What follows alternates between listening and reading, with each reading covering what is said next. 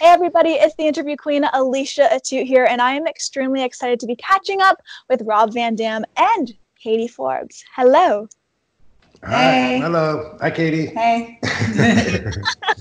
I'm assuming at this point you two are fairly well situated, not only because you live together, but now you are pretty much stuck together with everything going on. So how are you coping with that? Yeah, a lot of people have it worse off than we do. They put it that way. I'm concerned for a lot of people because a lot of our friends, that we talk to, that they're in situations where they were not doing so good before all the crazy quarantine happened. You know what I mean? Like, I have some broke friends, and now they're like broke and can't see the light at the end of the tunnel. And I'm concerned, and I think that a lot of Americans, I think, live check to check, and so like all of a sudden there's no job and they got to be home taking care of the kids that aren't in school and not used to that. I'm concerned for everybody else, but we're actually doing pretty well. We're homebodies. We try to make an effort to go out. It's not like natural that we got to be out every night. We make an effort because people want to see us. We know that. We have a duty to get out of the house, but normally we're homebodies, so our life hasn't changed a ton. But I miss taking Katie to restaurants and stuff like that. Yeah. How you holding up, baby? Well, I'm happy that I have you and Petrie, so our quarantine life is fun. What are you doing at home to kind of just make it a little bit easier? I know so many people are binge watching Netflix. They're just playing board games all of a sudden. So what's kind of been your advice? We've been watching Netflix. We like The Tiger King. Everyone loved that. Yeah. Crazy. Yeah, that was really crazy. It was the most bizarre thing ever. Yeah. Yeah. Yeah, just it kept like, what's going to happen next, right? Everything was crazy about that. Yeah, that was awesome. We saw that, and then what did we watch? Don't Fuck with Cats. Did you see that? That blew my mind because he lived only like 40 minutes from where I am in Toronto, and I didn't know that. It was such a notorious case when I was growing up, but I didn't know the details. So that was. Oh my God, he had so crazy. He had so much heat with me watching that every episode. I'm like, I hate this guy. Yeah, we watched the Aaron Hernandez thing. Did you watch the other one? Oh, McMillions. That's on HBO. That was a pretty decent one. Yeah, so we've been watching a lot more TV than normally. That's definitely part of it. Yeah, hanging out in the backyard, sunbathing. I like how calm it sounds because I was curious. I mean, you guys post a lot of videos where it seems like it's like a party in the RVD house 24/7. So I was wondering, I mean, how much of that do you truly embrace? Because we all know a little bit is put on, but how much of that is actually the case when it comes to just walking through the doors and there's a party going on? That's our morning routine. Is normally we have music on loud and then I'm twerking in the mirror and he's rolling a blunt. That's our every day. We just turn the music down for the podcast. Yeah, and if you're referring to some of the photos you might have seen on Instagram where our backyard's loaded with girls and stuff, we got to thank the virus for taking care of that for us. That's definitely different. But yeah, I mean, we're calm and we party too. That's part of my energy that I found she syncs up so well with me, and it's so synergetic. But a lot of my pastimes, such as rolling blunts, it helps pass the time for better or for worse. Sometimes you want to pass the time, and sometimes you pass too much time, when you want to get stuff done. Well, it cracked me up when, just for all the fans watching, I asked Rob, hey, when are you two available? When would you like to do the interview? And he goes, how's Tuesday at 4:20? And at first I'm like, that has to be a joke. Like, it has to be.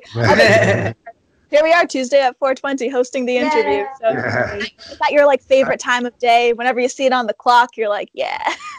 Yeah, and I figured I'd remember it, although she had to remind me a couple minutes before. But yeah, it's a magical time of day, and I don't set my alarm or anything like that because that would ruin the fun of it. But when I happen to look at my phone and I see that it's like 4:19, then I'm always like, oh, cool, I got just enough time to send a tweet, and I'll say happy 4:20. Sometimes it goes to 4:21 while I'm still writing, and then I go, fuck, and I just I don't even bother sending it. But yeah, at least there's a bond 420 happens pretty frequently, twice a day, so you can always save it in your drafts and just press click whenever you need to, right? That's true. You have to tell me a little bit about the CBD line, because I was curious. Is this something that you've wanted to come out with for a while? The whole, and I love the name RVD CBD. Like, it's absolutely perfect. So. Yeah, that was a no-brainer. And I'm like, what are we gonna call it? Thanks, baby. These are my products right here. So, over the years, I've often been asked, how come you don't come up with your own strain? People wanted me to grow like a strain of flower, and name it after me. But the thing, how it used to be though, like, why bother? Like, I know so many people that grow their own strains and then call it Rolling Thunder, or the whole effing show, or RVD 420. I used to hang out at the Medical Kush Beach Club in Venice Beach. That was like my total hangout. It was a marijuana dispensary on Venice Beach, and I was there so much that people thought that I owned it.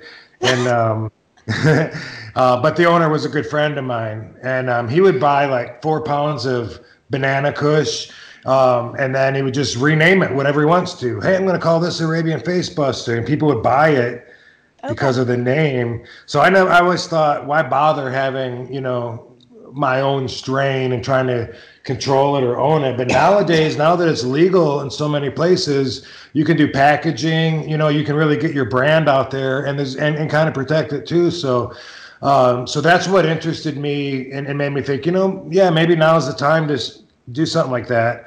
And through talks, it ended up being a CBD that I'm starting with, and that's a lot more accepted legally. Pretty much in every state they have it legalized, even though it's still really gray area with the feds, which isn't a surprise because they still have marijuana Schedule 1, meaning the most dangerous, and cocaine and meth are what, baby? Have you heard me say this enough? Yeah. Schedule what? Schedule 1. Well, cocaine and meth are Schedule 2, which means safer for you than marijuana. Yeah, nobody really knows that, but if you look it up, you'll say, well, that can't be right. And that's why advocates like me have always known that it would be legal someday, because it's based on bullshit, all of it. But Nixon did that in 1970, Alicia. He said, we'll temporarily put marijuana as a Schedule 1, meaning the most dangerous, no medicinal value, harmful to society. And he said it was temporarily why they did this. He had this guy testing this. I think his name was William Taft, and they came back with the Taft report, and it said, no, marijuana is not dangerous. It doesn't lead to addiction. There's no proof that any of this stuff. And so he threw that in the trash. And so now, what are we, 50 years later? It's still there, and it always has been. So even though it's legal in some states, the feds still say, no, it's completely illegal. And so since CBD is a component of the marijuana plant, there's a lot of gray area there. But you can get CBD from a marijuana plant or from hemp. And so products like mine, they come from hemp. There's 0 THC in it. And the reason I wanted to go with CBD wasn't just because of the legality, because I do want to be able to get it on more shelves with less pushback. But CBDs are the part of the plant that have all the medicinal effect, and it doesn't get you stoned, which is what a lot of people can benefit from. There's like, I'm going to talk for 20 minutes if I don't stop myself here. But yeah. So let me just explain, if I can, real quick. There's like over 100 components in the plant. THC is just one out of could be, some people say 120, 130, depends on the plant and what study you look at, because it's still legal to study it. That's why this is so slow moving. That's why we're just now talking about other parts of the plant besides the THC. So out of all those components, now we know about THC, CBD. Those of us that are involved, we know that CBG is next, and CBN, and the thing is, we're able to take these components and study exactly what they do and they don't do. And there's even combinations. There's a lot of medicines that are 50 and 50, and that helps great with pain. But the reason I was really passionate about having my CBD line was all the reading I was doing, talking about it helping with the brain, which, for being a pro wrestler and having had hundreds of concussions, I'm always concerned with my own brain health and my peers. And, you know, there's a lot of horror stories of my friends killing themselves. And it's almost always a pathway, you know, concussions, depression, suicide. And so I would love to be able to put a dent in those numbers. And so it's awesome to just know that I'm in the area. And right now I have people writing me back after they buy the CBDs. The feedback is great. They say, "Oh my God, this helped me so much, and my grandpa loves it." And that's great to know, you know. And like CBG actually regenerates dead brain tissue. So I got the scientists, I got the companies that have everything involved, talking to all the people and what I want, and I'll always want this until I get it. And then when I get it, I'll always want to improve it. It's going to be that brain protectant, that neurological protectant. And I really believe that it's somewhere in here in the CBDs in the world of cannabis. Yeah.